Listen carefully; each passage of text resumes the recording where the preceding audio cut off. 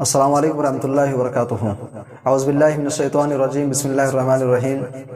یا ایھا الذین آمنوا استعینوا بالصبر والصلاۃ ان اللہ مع الصابرین۔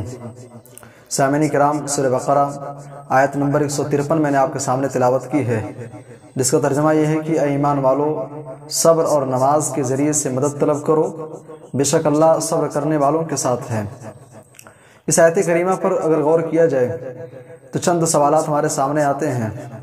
سب سے پہلا سوال یہ ہے کہ اس روئے زمین کے اوپر مختلف مذاہب کے ماننے والے رہتے اور بستے ہیں، لیکن قرآن حکیم خصوصی طور پہ ایمان والوں کو خطاب کر کے کیا میسج، کیا پیغام دینا چاہتا ہے؟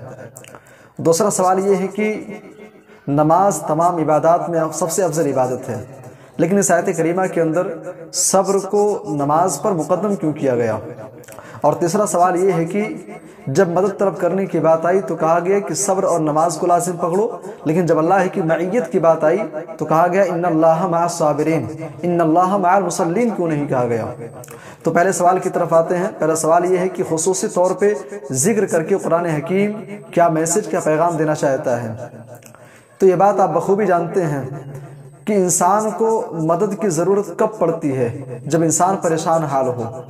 گویا یہ آیت کریمہ اس بات کی طرف اشارہ کر رہی ہے کہ اگر آپ صاحب ایمان ہیں، آپ کے دل میں ایمان ہے، آپ مومن ہیں، تو آپ کو مصیبتوں کا سامنا کرنا پڑے گا۔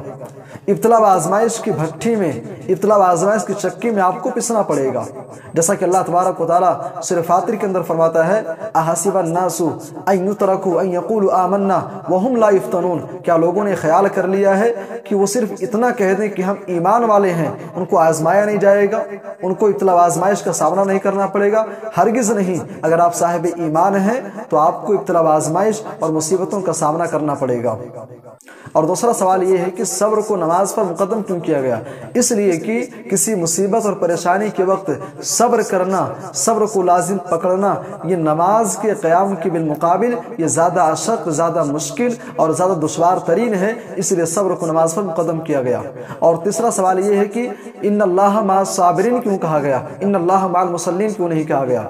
تو اس کا 3 جواب ہے۔ پہلا جواب یہ ہے کہ ترتیب کلام کا اعتبار کرتے ہوئے، کلام کے اندر اس آیت کریمہ کے اندر پہلے صبر کا لفظ آیا ہے، اس لیے ترتیب کلام کا اعتبار کرتے ہوئے ان اللہ مع الصابرین کہا گیا۔ دوسرا جواب یہ ہے کہ نماز دراصل یہ اللہ کی اطاعت کا نام ہے، اللہ کی اطاعت کا ایک لازمہ ہے، اور اطاعت الہی یہ صبر کے اقسام میں سے ایک قسم ہے، اس لیے ان اللہ مع الصابرین کہا گیا۔